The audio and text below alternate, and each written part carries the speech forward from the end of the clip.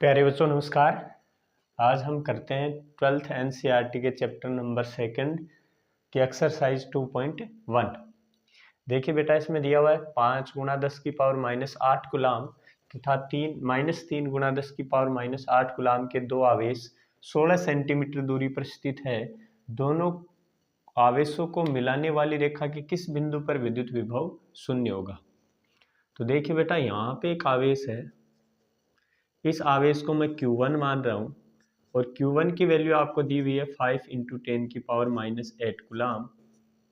इससे 16 सेंटीमीटर आप किधर भी ले लो, मैं इधर ले रहा हूँ, ये यहाँ से यहाँ तक की डिस्टेंस है वो 16 सेंटीमीटर है और 16 सेंटीमीटर पर एक दूसरा आवेश Q2 है जिसकी वैल्यू अपने को दे रखी है -3 × 10⁻⁸ गुलाम। ओके, अब आपको पूछा है कि इनको मिलाने वाली रेखा के किस बिंदु पर विद्युत विभव शून्य होगा। देखो डियर, इन दोनों आवेशों एक प्लस आवेश है और एक माइनस आवेश है, तो इनके बीच में एक बिंदु ऐसा आएगा जहाँ पे विद्युत विभव शून्य होगा और एक बिंदु इसके बाहर भी आएगा तो जहाँ पे विद्युत विभव शून्य होगा। तो इसकी कितनी स्थितियां बनेगी, दो कंडीशन बनती है। स्थिति फर्स्ट की बात करते हैं। स्थिति फर्स्ट, इसके अंदर देखेंगे हम कि इन दोनों आवेशों के बीच में यहाँ पे बिंदु P है और बिंदु P पर विद्युत विभव शून्य माना। तो इस बिंदु Q1 आवेश से बिंदु P की दूरी डिस्टेंस है वो अक्स है, तो P की Q2 से कितनी डिस्टेंस होगी, टोटल 16 है, इतनी अक्स है, तो ये कितने बची 16 माइनस अक्स, तो ये होगी 16 माइनस अक्स। ओके, अच्छा, अब Q1 आवेश और सब कुछ भूल जाओ, केवल Q1 आवेश और बिंदु P अक्स दूरी पर बिंदु P है, तो इस Q1 के कारण P पर विभव आया मान लो V1 और Q2 के कारण P पर विभव आया V2 और दोनों का योग कितना होना चाहिए, शून्य होना चाहिए। अगर बिंदु आवेश के कारण विद्युत विभव की बात करूं, बिंदु आवेश मान लो यहाँ पे कोई बिंदु आवेश है Q और इससे R डिस्टेंस पे एक बिंदु P है, अगर मैं पूछूं यहाँ पे विभव कितना होगा तो आपका जवाब होगा V = KQ/R। तो ये फॉर्मूला यहाँ लगाएंगे। Q1 के कारण बिंदु P पर विभव V1 है, V1 क्या हो जाएगा K Q1 आवेश अपॉन डिस्टेंस कितनी है अक्स, ओके, प्लस Q2 के कारण बिंदु P पर विभव V2 क्या हो जाएगा K Q2 आवेश लेंगे अपॉन डिस्टेंस कितनी 16 माइनस अक्स और ये हो जाएगा टोटल 0। इसको इधर लेके जाएंगे तो ये माइनस का हो जाएगा, तो K Q1/x = माइनस का K Q2 अपॉन 16 माइनस अक्स। ठीक है, K से K कैंसिल हो गया, आपके पास यहाँ पे बचा Q1/x। Q1 की वैल्यू पुट करो, Q1 की वैल्यू है 5 × 10⁻⁸ divide by x। K cancel हो गया, Q1 बचा तो Q1 की वैल्यू रख ली 5 × 10⁻⁸ divided by x = minus Q2 की वैल्यू है माइनस का 3 × 10⁻⁸ divided by 16 minus x. Okay, minus minus cut गया, आपस में प्लस हो गया। देखो 10⁻⁸ से 10⁻⁸ गई, तो यहाँ पे बच्चा 5/x = इधर 3/16 माइनस अक्स। क्रॉस मल्टीप्लाई कर दो, 16 माइनस अक्स 5 से गुणा हो जाएगा और अक्स 3 से गुणा हो जाएगा, तो करके देखो 16 माइनस अक्स को मल्टीप्लाई कर देंगे 5 से, ये s इससे मल्टीप्लाई होगा, ये इससे मल्टीप्लाई होगा, 3 × x, तो यहाँ पे 16 5 80, 80 माइनस 5x = 3x। इस 5x को इधर लेके जाएंगे तो इधर तो 80 और इधर हो गए 5 और 3 8x।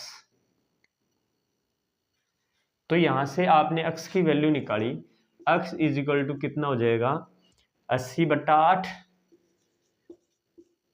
यानी x = आ गया 10 सेंटीमीटर।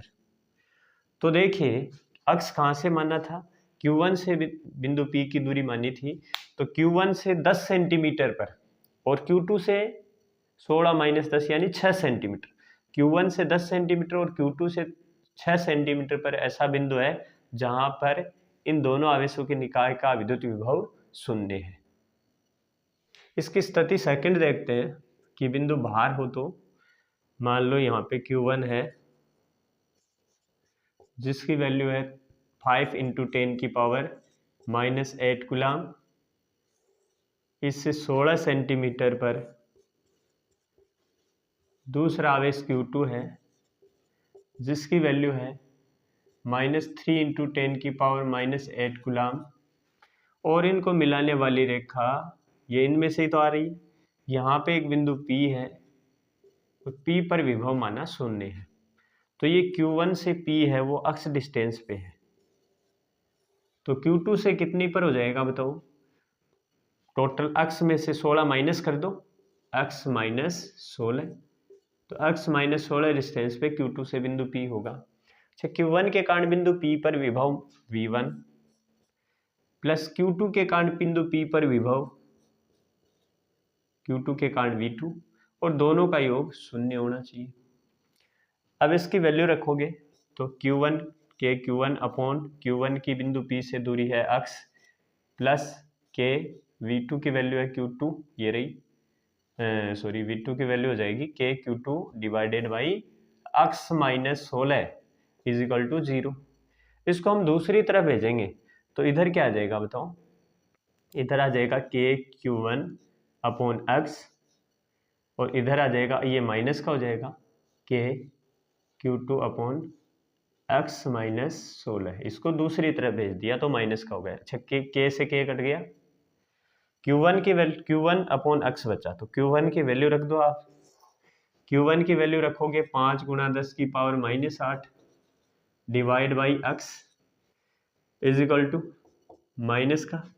Q2 की वैल्यू रखोगे आप माइनस का 3 × 10⁻⁸ डिवाइडेड बाई कितना, अक्ष -16 है। तो देखो माइनस माइनस प्लस हो गया, 10⁻⁸ से 10⁻⁸ गया, यहाँ पे बचा 5 अक्ष और इधर बचा 3 अक्ष -16। क्रॉस मल्टीप्लाई कर दो, इसको इससे कर दो, इसको इससे करो, तो अक्ष -16 × 5 = 3 अक्ष। ये हो जाएगा 5 अक्ष -80 = 3 अक्ष। इसको इधर लेके आओ तो 5, ये इधर माइनस का हो जाएगा, 5 अक्ष प्लस का था तो इधर बचा 2 अक्ष। इसको इधर लेके जाओ तो ये हो गया 80 प्लस का। तो अक्ष कितना आया? अक्ष = 80/2 तो 40 सेंटीमीटर। इसका मतलब ये हुआ कि जो बिंदु P है वो Q1 से तो 40 सेंटीमीटर पर होगा और Q2 से अक्ष -16 यानी 40 - 16 यानी कितनी डिस्टेंस हो गई? 40 में से 16 माइनस करोगे 24 सेंटीमीटर। Q1 से 40 सेंटीमीटर और Q2 से 24 सेंटीमीटर पर बिंदु P होगा जहाँ पे विद्युत विभव शून्य होगा। अब क्वेश्चन नंबर 2.2 है, 10 सेंटीमीटर भुजा वाले एक समषटभुज के प्रत्येक शीर्ष पर 5 माइक्रोकूलम का आवेश है, तो प्रत्येक के केंद्र पर विभव परिकलित कीजिए। देखो षटभुज बनाओ पहले,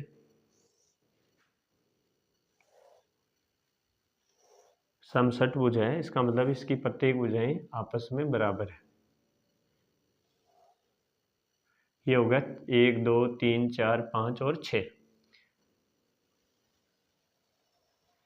तो इसका जो प्रत्येक विकिरण है वो इसके केंद्र में से जाएगा ऐसे,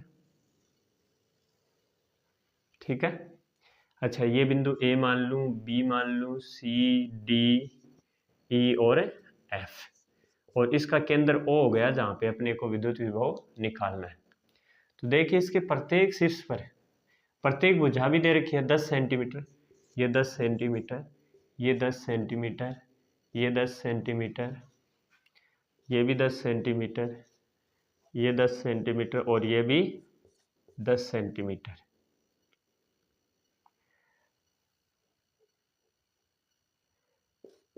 ठीक है। अब देखिए कि यहाँ पे प्रत्येक शीर्ष पर कितना आवेश है। यहाँ पे भी 5 माइक्रोकूलम है, यहाँ 5 माइक्रोकूलम, यहाँ 5 माइक्रोकूलम है ना। प्रत्येक शीर्ष पर 5 माइक्रोकूलम का आवेश है।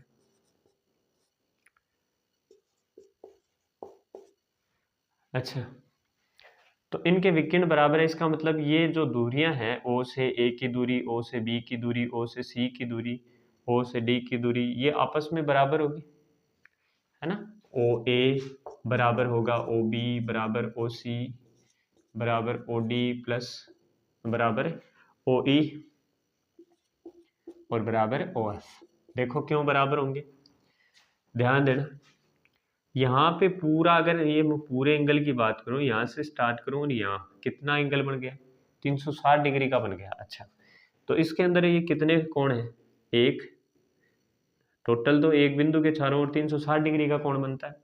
अगर मैं किसी एक कोण की बात करूँ, ये वाले कोण की, तो ये कितने डिग्री का बन जाएगा। तो देखिए बेटा, यहाँ पे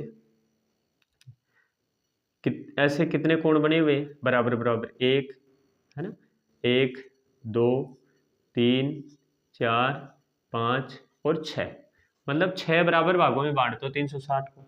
जब 360 को छः बराबर भागों में डिवाइड करोगे, 360/6 बराबर कितना आ जाएगा, 60 डिग्री आ जाएगा। तो ये प्रत्येक एंगल, ये यहाँ पे 60 डिग्री का, ये भी 60 का होगा, ये भी 60 है ना।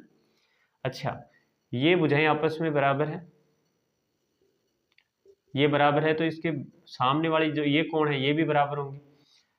त्रिभुज के तीनों कोणों को, या तीनों कोणों का योग कितना होता है, 180 डिग्री।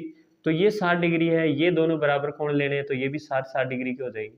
इसका मतलब ये है वो 6 समबाहु त्रिभुजों का निर्माण कर रहा है ना। जिस त्रिभुज की तीनों भुजाएं बराबर होती है वो समबाहु त्रिभुज, प्रत्येक कोण 60 डिग्री। तो समबाहु त्रिभुज का निर्माण कर रहा है, इसका मतलब ये 10 सेंटीमीटर है, तो ये भुजा भी 10 सेंटीमीटर की होगी और ये भी 10 सेंटीमीटर की होगी, ये भी 10 सेंटीमीटर होगी और ये भी, और ये भुजा ओ ए ओ एफ ये सारी आपस में बराबर है, इसका मतलब इसकी वैल्यू आ गई 10 सेंटीमीटर। अच्छा, अब देखो, अगर मैं कहूं कि इस यहाँ पे इस 5 माइक्रोकुलाम आवेश है, इसके कारण बिंदु ओ पर विभव कितना होगा, तो आप फॉर्मूला लगाओगे सर, के क्यू अपॉन, ये डिस्टेंस ले लोगे ओ ए, और ओ से ए की डिस्टेंस कितनी है, 10 सेंटीमीटर है। अगर इसको मीटर में कन्वर्ट करेंगे, देखो आवेश को गुलाम में कन्वर्ट करना है, आवेश Q है वो 5 माइक्रो कुलाम है, इसको कुलाम में कन्वर्ट करोगे तो 5 × 10⁻⁶ कुलाम हो जाएगा। अच्छा, दूरी वो सेंटीमीटर में है, इसको R मान लूँ, सभी को, सभी दूरियों को क्या मान लिया मैंने, R।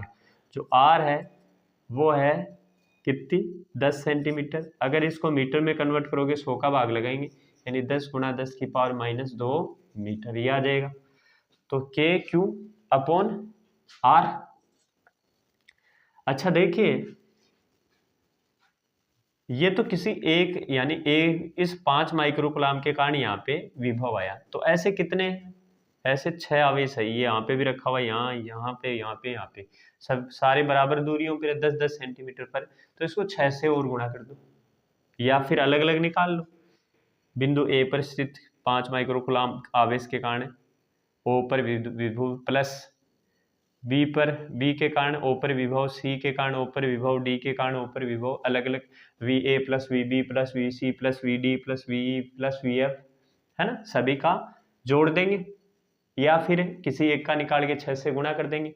तो ये मैंने लिया V = 6KQ अपॉन R। अब देखो 6, K की वैल्यू होती है 9 × 10⁻9 इंटू Q की वैल्यू बताओ 5 × 10⁻⁻6, R की वैल्यू बताओ, R की वैल्यू आई है आपके पास 10 × 10⁻⁻2। तो देखिए यहाँ से आपके पास आना है 5 दूनी 10, 3 9 3 27, 27 गुणा, अब पावर और देख लो, पावर 10 की पावर ये 2 ऊपर गई, प्लस की 2 प्लस की 9, 10 की पावर 11 हो गई, माइनस की 6, तो 10 की पावर प्लस की 5 बची। अगर मैं इसको 2.7 लिखूं, पॉइंट यहाँ किसका आ दिया, अभी पॉइंट कहाँ है, यहाँ पे, अगर इसको यहाँ से यहाँ किसकाएंगे, तो यहाँ लेके आएंगे, तो ये पावर और बढ़ जाएगी, 10 की पावर 6 वोल्ट विभव आ जाएगा। देखो, किसी एक के कारण विभव निकाल लिया, सारे आवेश बराबर बराबर दूरियों पर है, तो टोटल आवेश को गिन लिया, टोटल 6 आवेश थे तो 6 से गुणा कर दिया। या आप दूसरा तरीका था कि इनके कारण यहाँ पे विभव निकालते हैं, इसको मान लो VA प्लस बी पर स्थित इस आवेश को Q2 मान लेते, QB मान लेते, QB के कारण O पर विभव V2, QC के कारण O पर विभव V3। इस तरह से 6 विभव आते हैं ना, V1 plus V2 plus V3 plus V4 plus V5 plus V6, और दोनों को सभी को ऐड कर देते तो भी यही आता। ये थोड़ा शॉर्ट हो गया। नेक्स्ट क्वेश्चन है 2.3, 6 सेंटीमीटर की दूरी पर अवस्थित दो बिंदुओं A एवं B पर दो आवेश 2 माइक्रोकूलम तथा -2 माइक्रोकूलम आवेश है।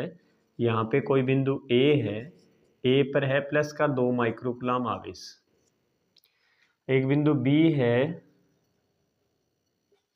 B पर है -2 माइक्रोकूलम का आवेश, और दोनों 6 सेंटीमीटर पर है, 6 सेंटीमीटर पर है, ये डिस्टेंस हो गई 6 सेंटीमीटर। तो आपको बताना है कि बताइए कि निकाय के समविभव पृष्ठ की पहचान कीजिए। तो ध्यान से देखो, ये 2 माइक्रोकूलम का प्लस, ये 2 माइक्रोकूलम का माइनस आवेश, यानी समान परिमाण के और विपरीत प्रकृति के आवेश एक दूसरे से कुछ दूरी पर स्थित हो तो इस निकाय को हम विद्युत द्विध्रुव कहते हैं। तो ये विद्युत द्विध्रुव बन गया। और आपको पता है कि विद्युत द्विध्रुव के मध्य बिंदु से, इसके मध्य बिंदु से इसकी निरक्षीय रेखा, निरक्षीय रेखा कौन सी होती है, यहाँ पे विभव कितना आया था, इस रेखा के प्रत्येक बिंदु पर विद्युत विभव कितना आया था, याद करो, लास्ट हम पढ़ चुके हैं इस बात को। विद्युत द्विध्रुव की निरक्षीय रेखा पर विद्युत विभव 0 आया था। तो इसके प्रत्येक बिंदु के ऊपर विद्युत विभव क्या होगा, 0 होगा, मतलब एक समान हो गया। अगर मैं यहाँ पे कोई तल लूं ऐसे, तो इस तल के भी प्रत्येक बिंदु पर विद्युत विभव क्या होगा, 0 होगा। तो इसका मतलब जो समविभव पृष्ठ है वो इसके यहाँ पे ऐसे होगा,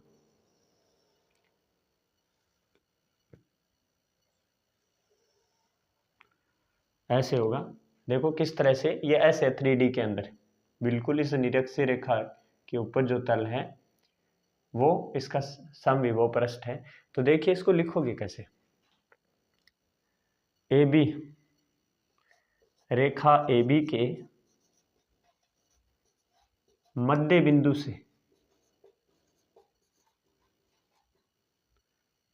से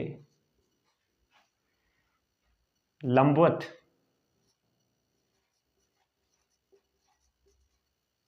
देखो, ये ऐसा नहीं, ऐसे ही हो, इस तरह का भी तो होता है, ऐसे भी लंबवत हो सकता है, ये इस तरह से लंबवत हो सकता है, ठीक है, इससे परपेंडिकुलर होनी चाहिए ये रेखा। ये ऐसे भी तो हो सकती है थोड़ी तिरछी, अच्छा ये ऐसे भी तो हो सकती है, तब भी तो 90 डिग्री पर होगी। तो मैं मध्य बिंदु से लंबवत पृष्ठ, लंबवत स्थित पृष्ठ समविभव पृष्ठ होगा।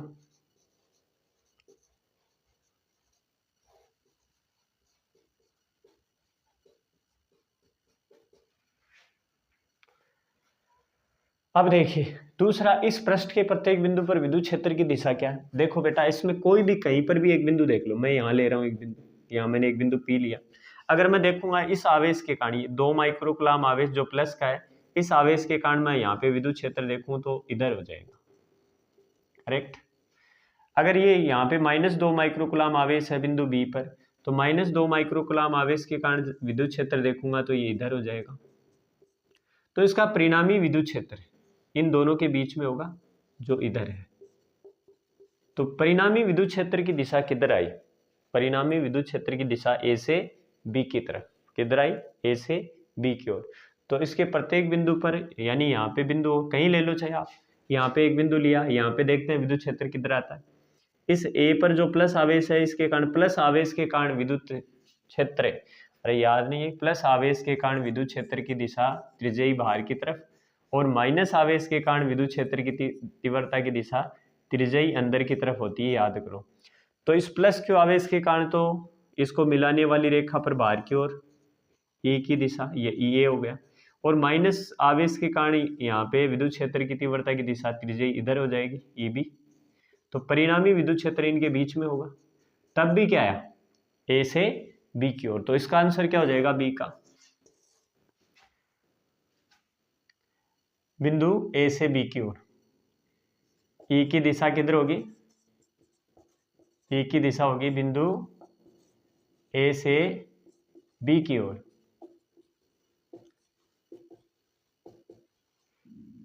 यही पूछा, प्रत्येक बिंदु पर विद्युत क्षेत्र कितना की दिशा क्या होगी, ए से बी की तरफ।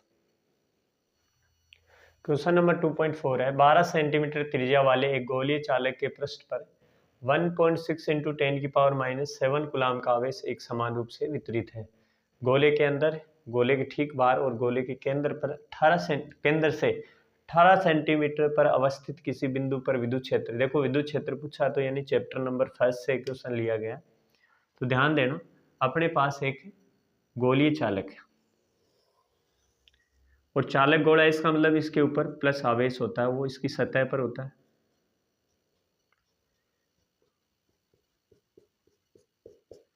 और इसकी त्रिज्या है 12 सेंटीमीटर। इसके अंदर आवेश क्या होगा, अंदर आवेश तो शून्य होगा, सारा का सारा आवेश प्रतिकर्षित होकर इसकी सतह पर आ जाता है। या अंदर मान लो वो खोखला गोला है तो इसके अंदर द्रव्यमान ही नहीं है, बिना द्रव्यमान के आवेश का अस्तित्व नहीं।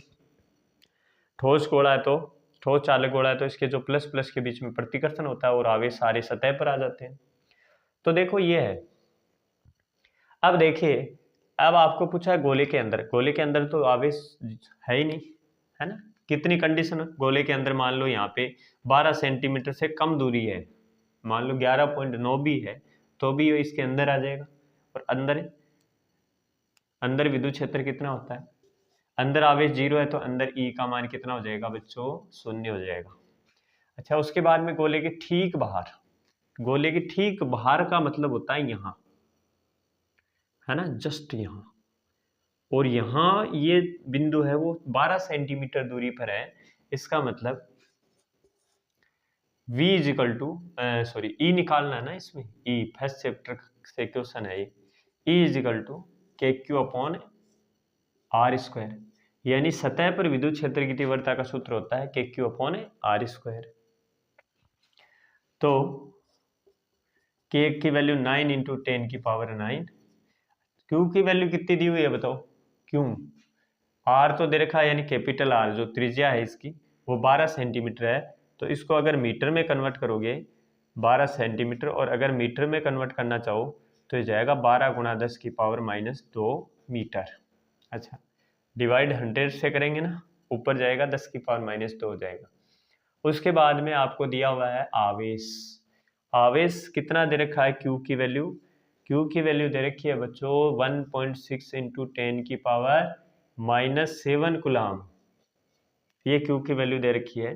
तो आप यहाँ पे Q की वैल्यू भी रखोगे 1.6 इंटू 10 की पावर -7 डिवाइडेड बाई R की वैल्यू दे रखी है आपको 12 गुणा 10 की पावर -2 का होल स्क्वायर।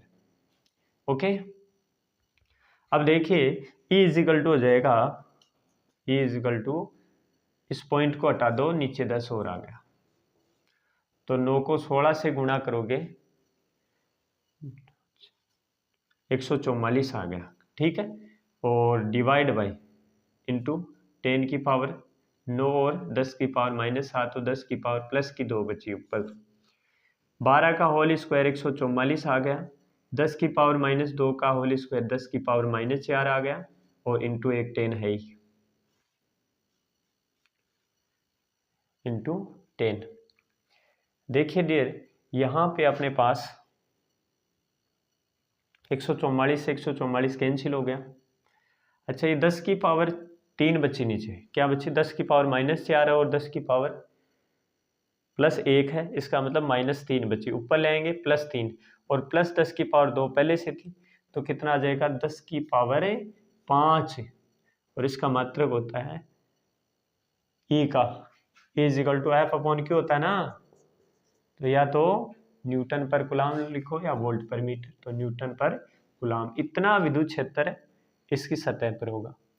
अब सी पार्ट में आपको क्या पूछा है, सी पार्ट में पूछा है कि 18 सेंटीमीटर पर अवस्थित विद्युत क्षेत्र, यानी यहां से 18 सेंटीमीटर मान लो ये हो गया।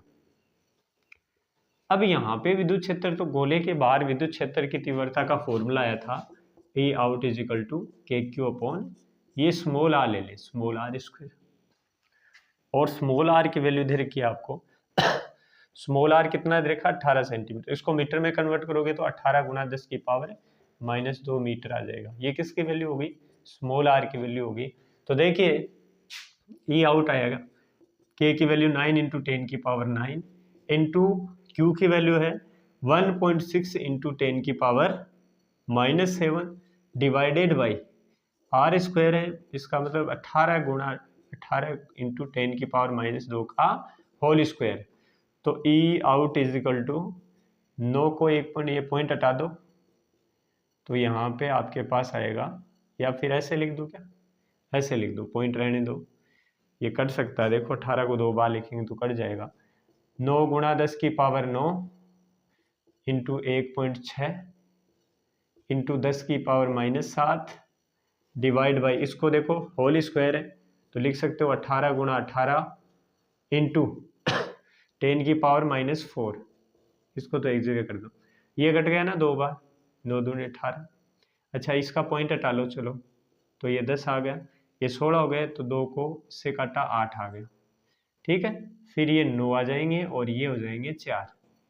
तो देखो रिजल्टेंट क्या आया यहाँ, ध्यान देना, ऊपर केवल 4 बचा है और नीचे केवल 9 बचा है। अब अपन पावर की बात कर लेते हैं, तो 10 की पावर -4 और प्लस की 1, 10 की पावर -3, ऊपर गई प्लस की 3 और माइनस की 7, तो कितनी बची, 10 की पावर माइनस की, और भी है कि ये भी रही ना यहाँ पे, देखो 10 की पावर -4 ऊपर की -3 ऊपर गई +3, इसके साथ ऐड हो जाएगी तो 10 की पावर 12, 10 की पावर 12 में से 10 की पावर 7 गई तो कितनी बची, 5, वो भी किसकी, प्लस की, ठीक है। अब एक पावर इसको दे दो तो ये 40/9 हो जाएगा, इंटू अब इसमें से एक 10 ले लिया, इसके साथ कर दिया तो ये 10 की पावर 4 ही बचेगी। 40 को 9 से डिवाइड करोगे, 40 को 9 से डिवाइड करोगे, 9 4 36, फिर 4, 9 4 36, फिर 4 आएगा, 10 की पावर 4 न्यूटन पर कूलम। ये इसके के अंदर से 18 सेंटीमीटर दूरी पर विद्युत क्षेत्र आ जाएगा। क्वेश्चन 2.5 है, एक समांतर पट्टिका संधारित्र जिसकी पट्टिकाओं के बीच वायु है की धारिता 8 पिकोफेरेड है। देखिए बेटा, एक समांतर प्लेट संधारित्र की धारिता जब प्लेटों के बीच वायु हो तो आई थी C = A/0/d। ए होता है प्लेटों का क्षेत्रफल, डी दोनों प्लेटों के बीच की दूरी, ε0 है निर्वात की विद्युतशीलता और सी धारिता। तो इतनी धारिता आती है, इसकी वैल्यू दे रखी है अपने को 8 पिकोफेरेड। तो इसका मतलब जो C1 है ना, इसकी वैल्यू क्या हो जाएगी, और आगे इसको करोगे तो ये हो जाएगा 8 गुना 1 पिकोफेरेड में 10 की पावर -12 पिकोफेरेड, तो 8 पिकोफेरेड में हो जाएंगे 8 गुना 10 की पावर -12 फेरेड, ठीक है। ये हम इसको C1 मान लेते हैं। अब यदि पट्टिकाओं के बीच की दूरी आधा कर दिया जाए और इनके बीच के स्थान में 6 पैरावृत्तांक का पदार्थ भर दिया जाए तो इसकी धारिता क्या होगी। तो देखो C2 पट्टिकाओं के बीच में पैरा विद्युत पदार्थ भर देते हैं तो इसकी धारिता कितनी गुना, ε/r गुना, तो ε/r गुना हो जाती है A/0/d। अच्छा d को कितना करना है, प्लेटों के जो बीच की दूरी है d, ये जो d होती है प्लेटों के बीच की दूरी होती है और a होता है प्लेटों का क्षेत्रफल। तो d को आधा कर दे तो d की जगह d/2 लिख दूं मैं, ओके। तो C2 कितना आ गया, C2 आ गया 2 ऊपर चला गया 2ε/r A/0/d।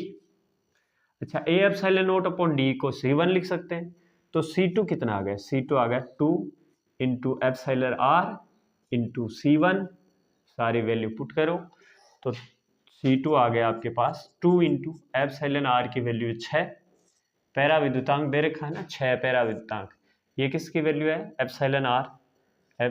6 दे रखा है, तो 6 इंटू C1 की वैल्यू बताओ, C1 की वैल्यू 8 गुना 10 की पावर -12, तो आपके पास आ जाएगा 6 दूनी 12, 6 2 12, 12 8 96, 96 गुणा 10 की पावर -12 फेरड। अगर इस 10 की पावर -12 को हटाओगे तो 96 पिको फेरड धारिता प्राप्त होगी। क्वेश्चन 2.6 है, 9 पिको फेरड धारिता वाले 3 संधारित्रों को श्रेणी क्रम में जोड़ा गया है, तो संयोजन की कुल धारिता कितनी होगी। तो देखो संयोजन की सीरीज कॉम्बिनेशन में एक 1/CS = 1/C1 + 1/C2 + 1/C3। श्रेणी क्रम को सीरीज कॉम्बिनेशन, तो 1/CS = आ जाएगा 1/9 + 1/9 + 1/9। तो 1/CS = आ गया 9, LCM आ गया 1 + 1 + 1 3 हो गया।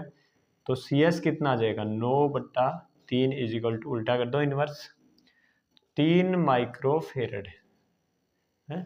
देखो किस में दे रखा पिको फेरड 3 पिको फेरड। ठीक है।